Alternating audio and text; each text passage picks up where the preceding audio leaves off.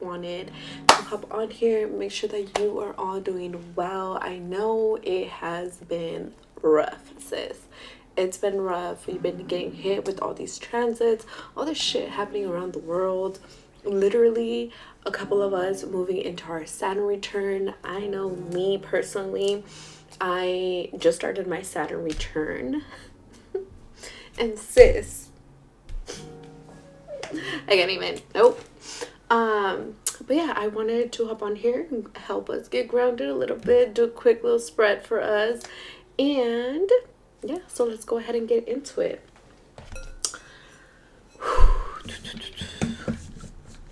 I actually got this from a, ¿cómo se llama? From the auction. I'm like, what the hell are they called? I got this from the auction. I don't really hop on there, but my hubby, he be coming up on some things, girl. They be brand new.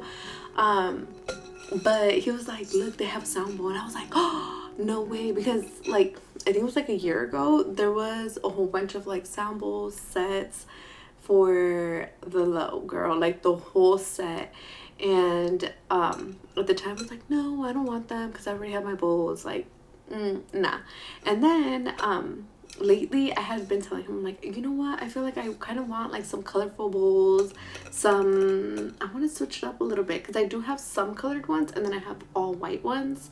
But I'm like, no, I kind of gotta switch it up. I gotta add a little bit of color. I gotta I don't know, but yeah, so I seen this and I think I got it for $20. No me acuerdo muy bien, pero baby. And I believe this one, it's 8 inches, I believe, but it's the root chakra. I loved it because now moving into my Saturn return, I gotta focus on grounding myself. So yeah, so that's what we're gonna do. So get comfortable, put your headphones on, get some tea, get some coffee, whatever it is that you might want. If not, just close your eyes, put your hand on your heart center, close your eyes, take a deep breath in.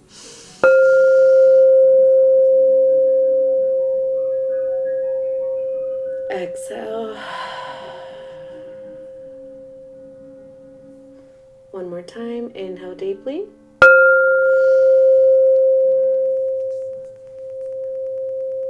And exhale. Last time. Inhale. And exhale.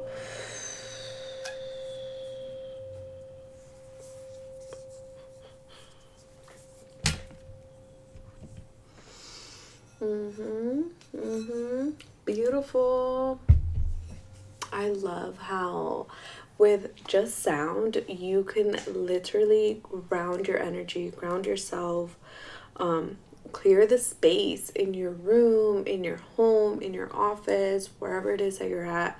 It just like gives that little zazz, a little electric flow. But yeah, guys, let's go ahead and get into it. Birds, let's call in our angels, our ancestors, our spirit guides, thanking them ahead of time. Please allow us to channel the message clearly. And of course, only of those of love and light, of course.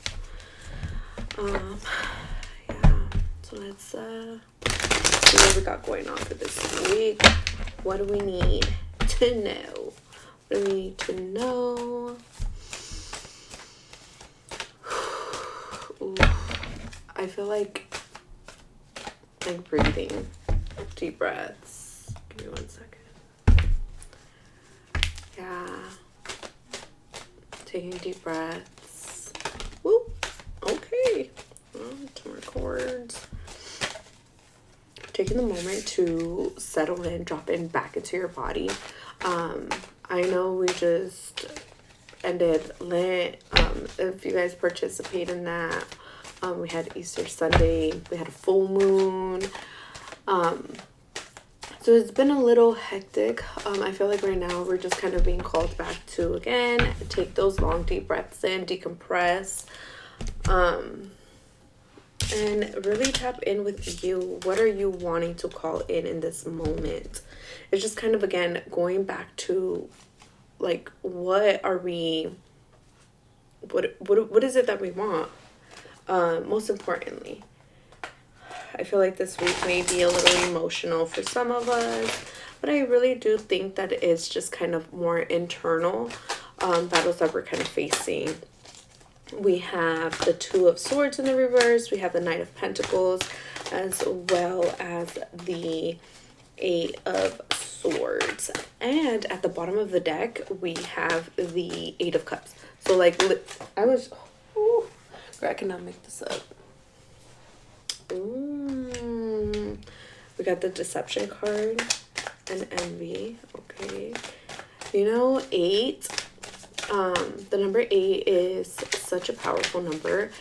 It's that manifestation, but it's also kind of like what keeps you in a loop, in a karmic loop. So not only is it when we put that good intention out, it'll come back to us tenfold, but also when you start putting in that little bit of harsher negative energy out, it does kind of come back and shake shit up. All right. We pulled, of course, that Deception card, that mental conflict, fertility. And I was just talking about Easter. Okay. Then a couple more cards. I'm also feeling like being very mindful with what it is that we're putting out, again, through communication, through our own energy. What are we putting ourselves into? Mental conflict may be one of our biggest things that we are needing to kind of work on this week as well. This feels more like internal conflict. Okay, and then let me just get one more. What can we do for self-care, self-love for this week? I also feel like it's going to be a week of tons of really following your intuition, listening to those hinges, needing a little bit more solitude, really tapping into that feminine energy, that nourishment.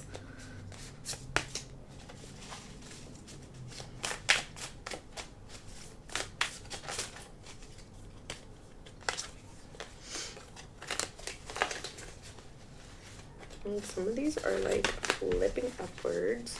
Some of you guys may even be dealing with family members. I feel like maybe letting go of some family members, setting stronger boundaries with them, or cutting even ties. I feel like this full moon, it really illuminated a lot of emotions that some of us may not have been paying attention, like they were there in the back of our mind, but it just kind of feels like it blew up in your face.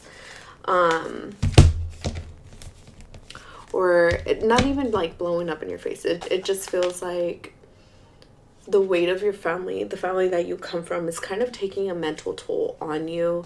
It feels like it's needing to kind of step a little bit back and find you and find what, again, feel what you're feeling, deal with what you got to deal with, and then decide if you're going to welcome them back into your life, if you're going to reestablish the boundaries for our self-care, our self-love for this week. We're being guided towards movement.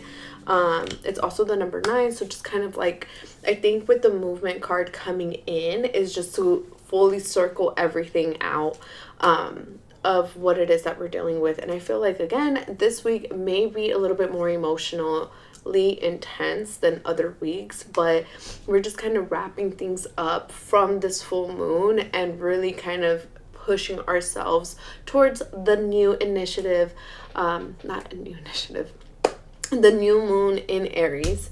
But yeah, let's go ahead and get started. One of our, again, like I was saying, our tarot cards, we have the Two of Wands in the reverse, we have the Deception and Envy, and then we also have a Door to Romance. With these cards, what I'm really picking up on is some of us are high-key gaslighting ourselves on when it comes to like finding and feeling deserving of love, of como se dice, it's time to kind of put yourself first. It's time to put yourself first. It's time to choose you, because I feel like the people that you're kind of surrounding yourself with are taking a little advantage of that, are here to kind of feed you what it is that you want to hear, or they're kind of sweet talking you, and then they're pulling back and being like, you know what, okay, I don't need you right now, or probably missing your calls, or X, Y, and Z. But I feel like with the Door to Romance, it's like the number 33 too. It's reminding you to put you first.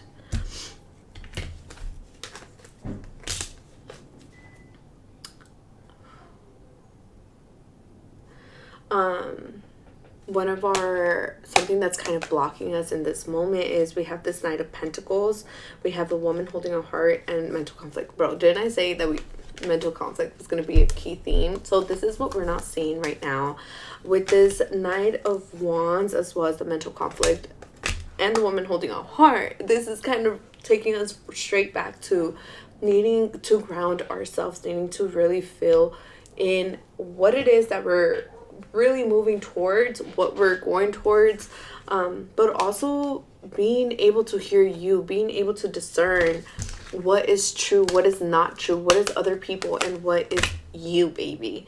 Also with the number 2, again, going back to that Two of Swords, those internal battles that we have within ourselves, it's time to really, again, put it all on the table, make your list, your pros, your cons, what you're showing up for, what you're not showing up for, what you're taking in, what you're not taking in, and really putting it into action, pouring love back into yourself, with that being the overall energy for, again, like what's blocking you. It's like you kind of holding yourself back, but also this may be another woman kind of holding her heart close to her chest and not really allowing you in, or not really extending her love as well. The advice that's being given is that Eight of Swords, the fertility, and then walking away. Bruh, I'm dead. That is a big ass bird. That was weird. Okay, I'm like, I have my window open, and usually whenever I'm doing like any type of energy work, I always get a lot of pigeons. Like they'll just be right here. But right now I just seen a big ass bird. I'm like, I know that wasn't a pigeon, because it would have what is it called? It would have made the pigeon bird sound. But that was weird. That was huge. Okay. Okay. Maybe shifting that perspective. But with this being the advice for us to move forward with the fertility and walking away, I feel that it's like, again, the perfect week, the perfect opportunity for us to really figure out what's coming with us into this next chapter of our lives. And didn't I just say that the pigeons always come, bro? Like, they just came.